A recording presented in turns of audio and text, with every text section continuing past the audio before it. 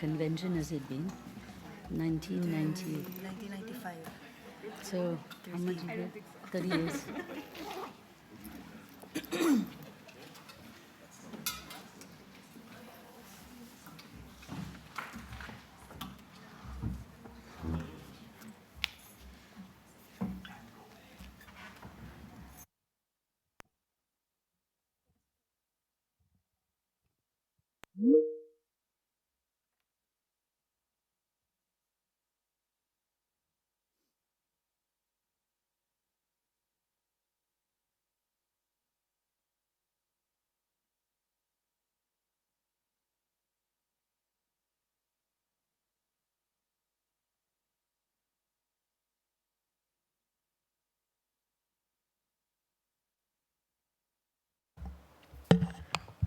Good morning, everyone. My name is Rachita from Global Campaign to Demand Climate Justice. Welcome to our daily press conference titled Deadlock in Bonn, Climate Justice Being Held Hostage by Rich Nations. You must be aware that the negotiations and the work at SB's had a delayed start, and it might not be coming as a huge surprise. Why?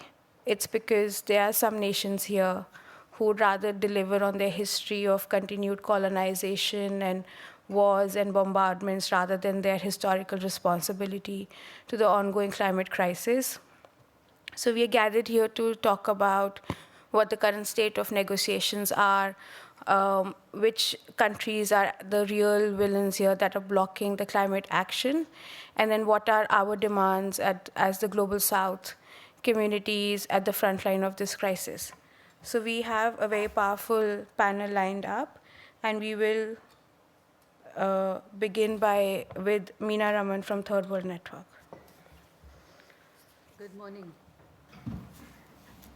Certainly, multilateralism at a tremendous crisis, as we can see.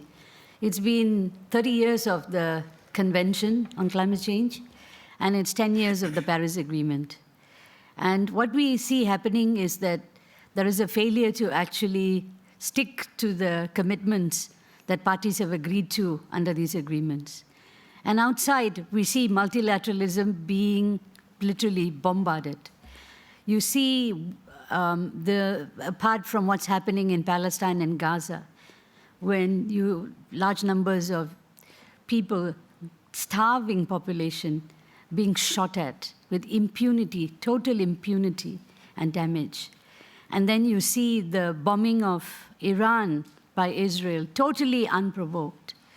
And so, and then you see the complicity of the Western world in not doing anything.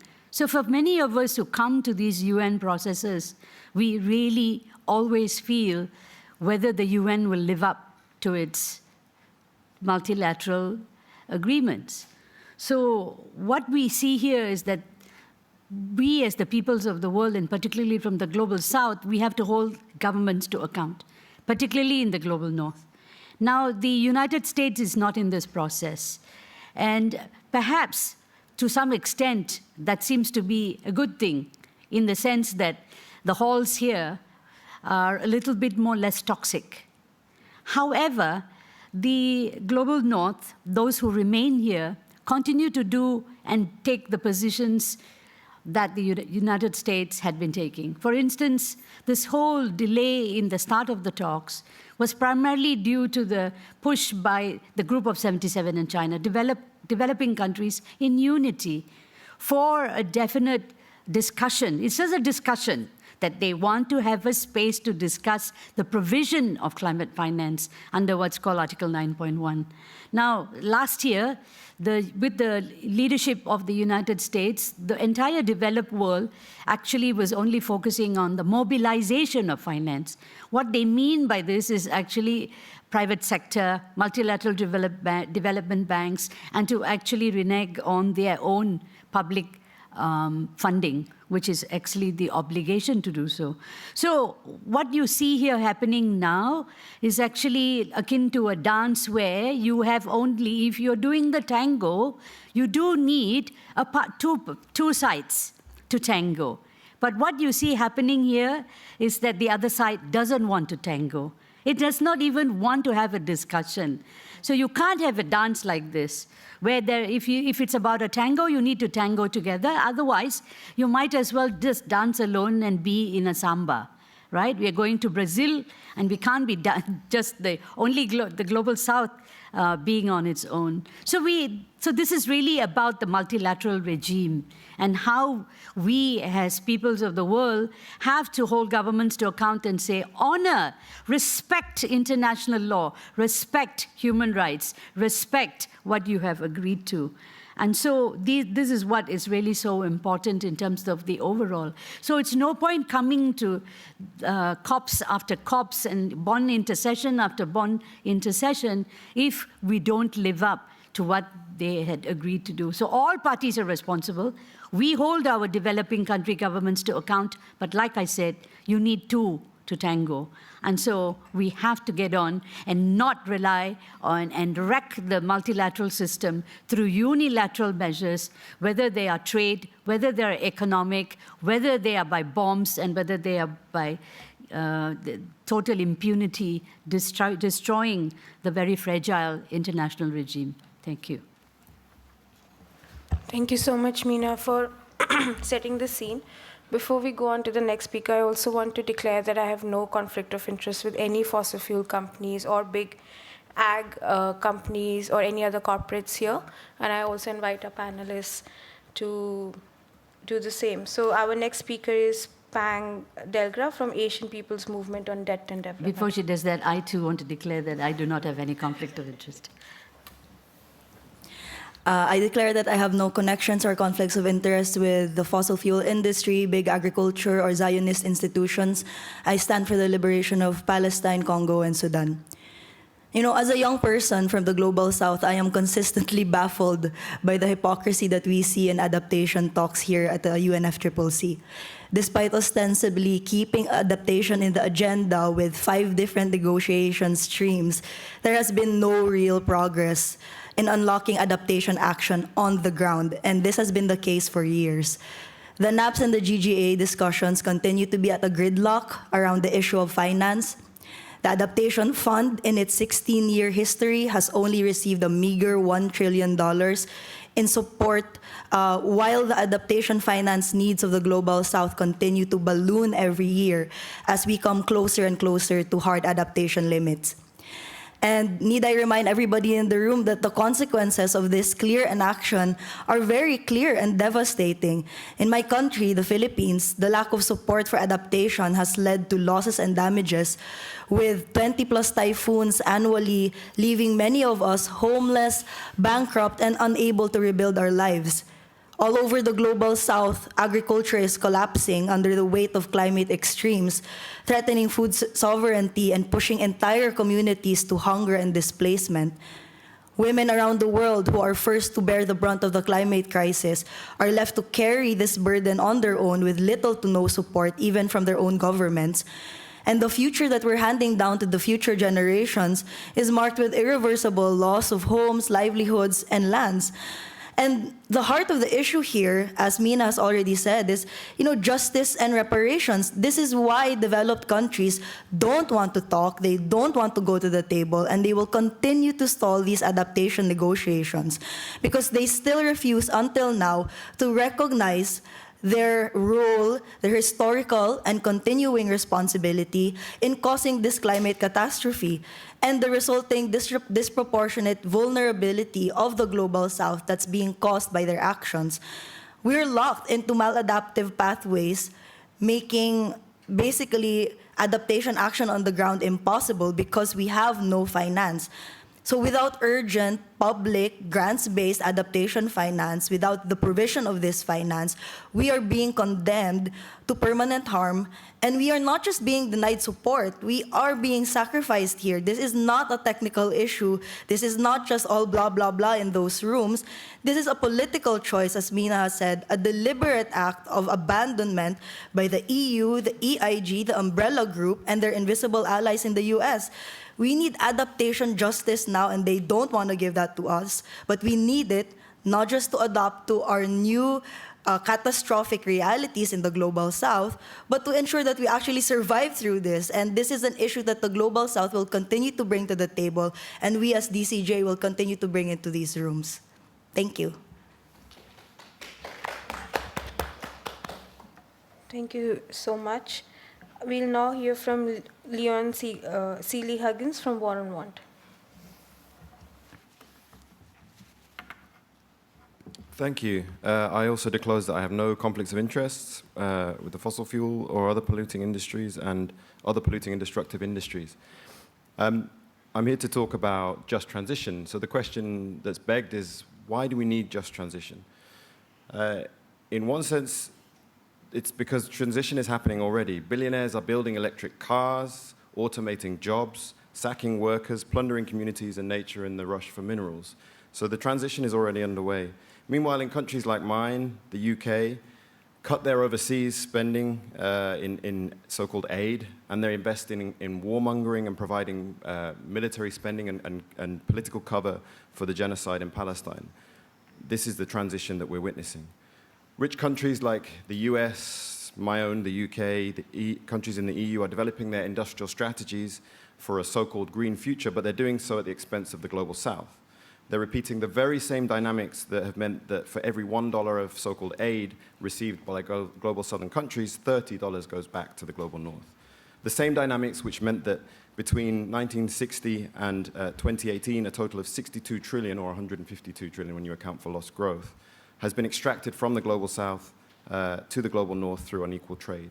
The versions of transition that global northern governments have been enacting are also without redistribution domestically. So the far right in my country can portray any kind of environmental action as being a threat to the livelihoods and living conditions of ordinary people. And to some extent, because there is no domestic redistribution, because there is no addressing inequality domestically, they're right. Their solutions, of course, are wrong. So as well as remaking the global economy to be fairer, the just transition must address the gaping inequalities that plague our societies. It must where 1% of the world's population own over 95, more wealth than the bottom 95%. And where even in the UK, believe it or not, the 7th richest country in the world, 3 million people rely on food aid every year, and that number's growing. And the North and the South are united by by weakened access to energy and energy poverty. Energy poverty in the global South is more extreme, with over 2 billion people lacking access to clean cooking, for instance, but millions in the global north are unable to afford their energy bills. So the fight is on to make the transition just, and here in the UNFCCC, as civil society, we're recognizing the urgent need for action. That's why we've been calling for a just transition with a broad scope, which has a number of demands, such as guardrails within the UNFCCC process to make sure that people's rights and participation are respected, so that when transition takes place, it doesn't trample over labor rights, over free and informed prior consent. It doesn't. It involves social dialogue with workers, and it involves the engagement of affected people, so that we know how measures can be most successful. It's why we've been calling for a global just transition mechanism to achieve a holistic just transition within and between countries through national action, but also through international cooperation. So it needs to address the trade barriers, the tech and resource transfers that are required, the patent waivers that prevent countries in the global south from accessing the very technology that they need to be able to develop. And it needs to be based on common but differentiated responsibilities, the acknowledgement that some countries have done more to cause this crisis than others. So rich countries can't just enact their own transition at the expense of the global south.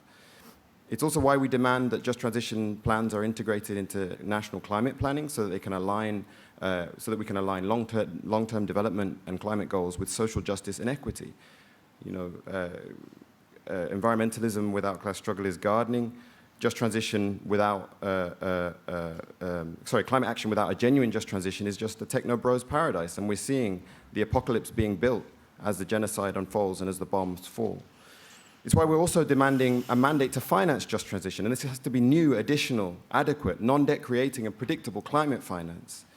And we have to have national institutions for people's participation domestically, so that where just transition measures and policies are implemented, they're not done to people, but people are involved. They're not silenced and ignored, because that's not justice. And I think we believe at my organization, War on Want, a just transition to a more equitable and ecologically secure society is possible, one that puts people and planet first, one that secures dignity whilst also addressing global inequality. It's why we've written a new briefing that kind of outlines what a just and equitable transition is for. And that's why we have to make sure that within these halls, within the UNFCCC, we have these demands met so that we can actually secure our vision for a just and equitable transition. And it's why countries like the UK and the US and the other rich countries have to pay up. They have to address the needs of their historical responsibility. Thank you. Thank you. Thank you so much, Leon. We'll now hear from Rachel Rose Jackson from Corporate Accountability. Thank you, Rachita. Good morning, everyone. I also disclose that I have no conflicts of interest with the fossil fuel or other emissions-intensive industries or Zionist or destructive institution or industries. I also stand for the liberation of Palestine, Congo, Sudan, and all others who are enduring fossil fuel violence or genocide around the world. I think Mina began by saying it takes two to tango. When it comes to international collaboration, whether on climate action or anything else, that is absolutely true. But let's be absolutely clear, the US has always been a very dreadful dance partner from day one. Nothing has changed in this regard here at Bonn, in that sense, apart from their physical absence from the dance floor, which sends a very clear message to the world that truly the United States cares for no one and nothing but itself. Now, at least the only thing that's different is that it's clear for all the world to see what those of us who have spent many years in these halls have always witnessed, that the United States never was and never has been serious about international collaboration of any kind. That the US throws its neocolonial and capitalist weight around to bully, block, and stall progress on any issue that would require it to act meaningfully, and that the US never has and never will care about saving lives, protecting the planet, or avoiding an entire societal collapse that it has played a direct hand in orchestrating for decades, if not centuries. But at the same time, if you're not going to bother to show up to the dance floor or to tango, then simply put, maybe don't show up on the dance floor at all. Yet, rather than simply abandoning their dance partners, if we're gonna keep following this tango analogy, they have turned off the lights, broken the music player, put oil across the floor, tied everybody's shoelaces together, and smashed the windows on the way out, all to ensure that with or without them here, the dance cannot proceed and this process is rigged to fail. So this is way more than bad faith. This is backhanded, it's manipulative, it's reckless, and it's also senseless and illogical, because the US cannot seem to understand that given an inadequate global response to climate change, it will not only condemn millions around the world to death and destruction, it will also condemn millions of its own, especially those who are people of color, indigenous communities, and low-income workers and communities. A dance that could have led to beautiful climate action decades ago has now become, to put it very simply, a dance of death. Because the US doesn't care, and neither does the European Union or the Umbrella Group or the supposed environmental integrity group of countries. The Global North has always been partnering with the United States in the toxic tango of poisoning international collaboration. Yet, as you've heard from many of my colleagues up here in Bonn, we see only moves that will bring us closer to societal collapse and planetary destruction. And in the agenda fight over the opening days, the EU and others not only refused to come to the dance floor, they refused even to discuss the dance song or the choreography. When all the Global South wanted to do, and all they were asking for, was the chance to discuss, not even deliver, meaningful climate finance and the climate debt owed to the Global South. The Global North has absolutely no intention of delivering on this debt. They have already orchestrated their get-out-of-jail-free cards.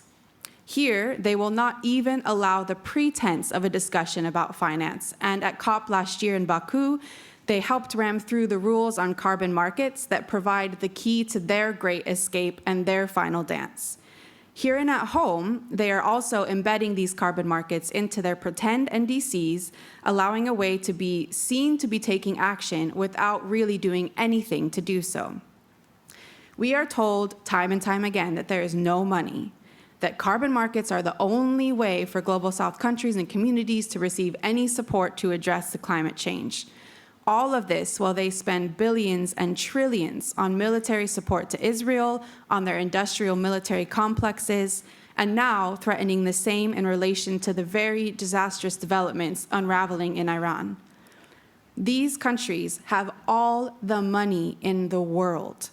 They have amassed infinite wealth on the backs of the frontline and Global South communities who they are now indebted to.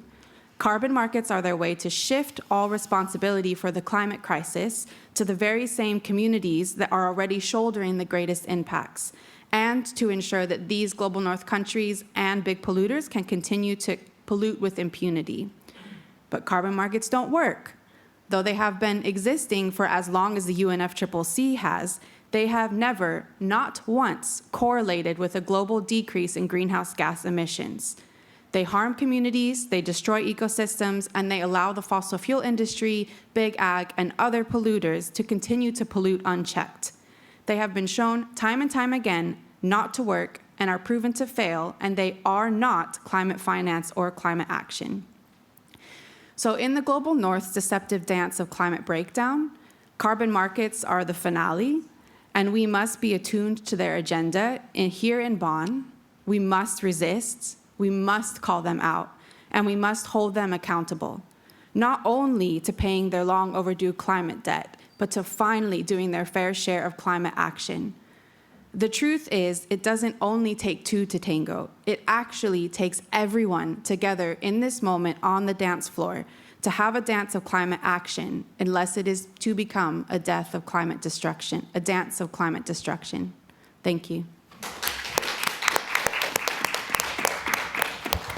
Thank you so much, Rachel Rose. We'll now take questions from the floor. Please identify yourself before you ask your question.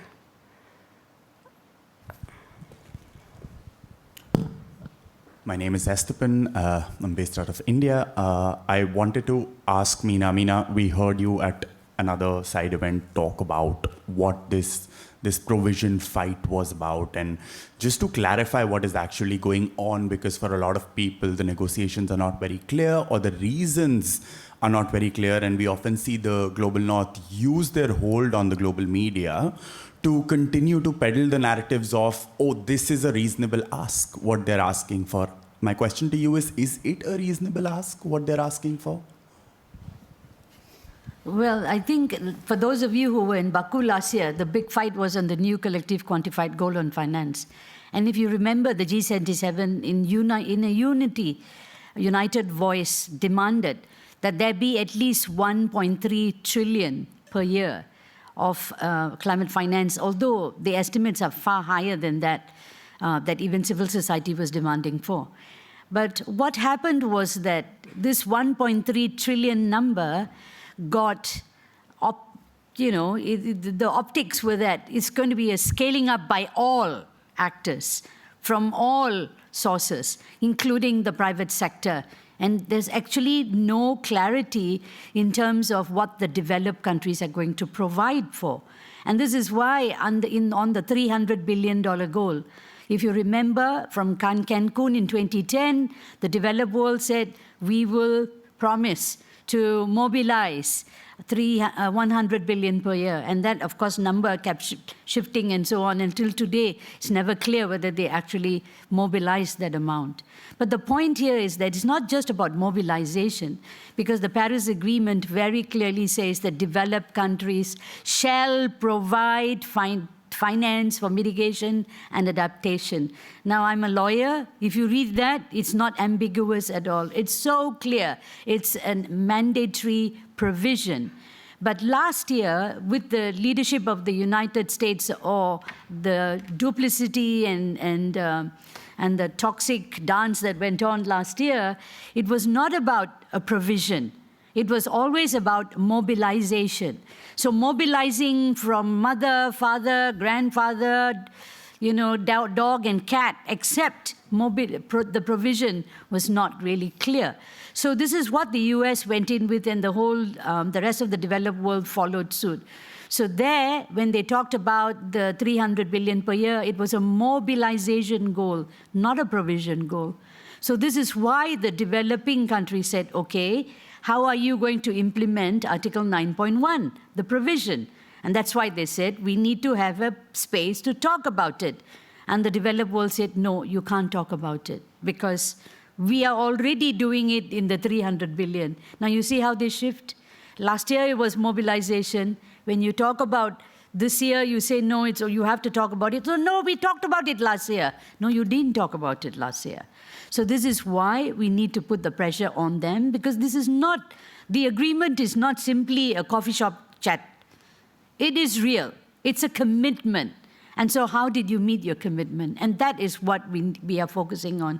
And I think sometimes, when you get caught up with the agenda fights, people don't realize that what is really behind it. So this is to hold the Global North accountable for their commitment, their mandatory commitment to provide climate finance to the developing world.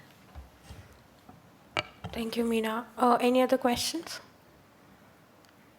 Maybe then we can give 1 minute each to our panelists to add any final comments. Pang?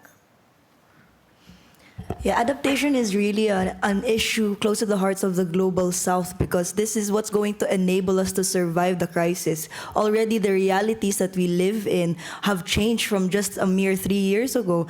And so this is why the fight continues here at Bonn, and also will be here as DCJ to keep fighting for this adaptation finance to be delivered and provided, as Meena said, from developed countries to the developing countries. Because the longer that we wait on this, the higher the costs will be, and 100-fold cost of loss and damages for the global south. It's actually much cheaper in public finance and more cost-effective if they just give us and provide to us adaptation finance now instead of waiting much later. So we'll be here at Bonn, and we'll also continue this fight. Thank you. Thanks, Pang. Leon? Yes, thank you. I mean, it might surprise you to learn that recent global opinion surveys conducted on the need for climate action, not covering the entire globe, but a significant proportion of the world's population being sampled, showed that 80% of people wanted stronger climate action. 86% of people endorsed pro-climate social norms, sorry. So the demand is there for the transition. The demand is there for the just transition, because people recognize that the world as it's currently set up is failing them. And it's the majority, the overwhelming majority of the world that's being failed, the 95% who own barely any wealth compared to the top 1%. And so I think the fight is on to demonstrate that with a just transition, with a just, equitable, and ecological transition, we can deliver that climate action that the 80% of people, and we can deliver the social policies that the 86% of people are demanding. And I think, yeah, that's what's really optimistic about the just transition fight, is that it's a very positive vision that we're presenting. Of course, the challenge is to overcome the very negative world that the billionaires are trying to lock us into, the militarized, the privatized, the closing off of rights that people have. They have these visions of their tech utopias where they go and live in walled communities. And we have to push back and say, no, everybody can have everything that they need in sufficiency. They can live with dignity, and we can have a care-based, reparative economic system that delivers justice for all. Thanks, Leon. Rachel Rose? I think I would say two things. The first is that we should never be here. We should never have taken now almost 30 COPs to be even discussing how we're going to decrease emissions, how we're going to deliver climate finance, how this, how that, how are we going to avoid climate breakdown. We are now facing an unavoidable climate breakdown and trying to mitigate it, minimize it, and save as many lives and as much of the planet as possible. We are here for a very specific reason, because of the fossil fuel agenda of global north countries, the US, the EU, and others around Australia, New Zealand, Norway. The only way forward is to hold their feet to the fire, to demand a fair share of climate action, their overdue climate debt, and we must not back down. And I guess that brings me to my second point, which is that we must not despair, because to put it very simply, we cannot afford the luxury and privilege of despair. We must act, we must resist, we must continue, we must rise up, we must rebel. And there is reason not to despair, as Leon just said. The real solutions are there. The money is there, as we have heard. The two have just not been connected. So we need to dismantle this colonial, this racist, this extractivist, this violent agenda, redirect all of this political will, all of this money towards real solutions, towards a just transition, towards people and the planet, not profit. And if we can do that, then there is reason and cause not to despair. Thank you. We just want to remind that we have a daily press conference tomorrow on People Summit, and before we leave, we just want to raise the demand the Zionist entity to end its siege on Gaza, to end occupation. There is no climate justice on occupied land. Thank you.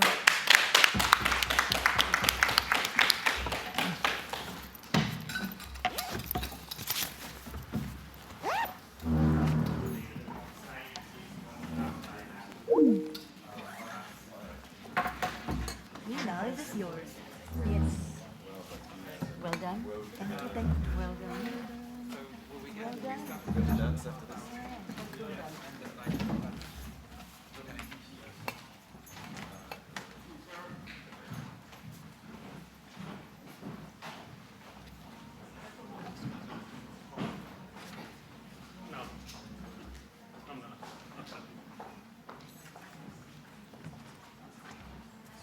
Where's my tag?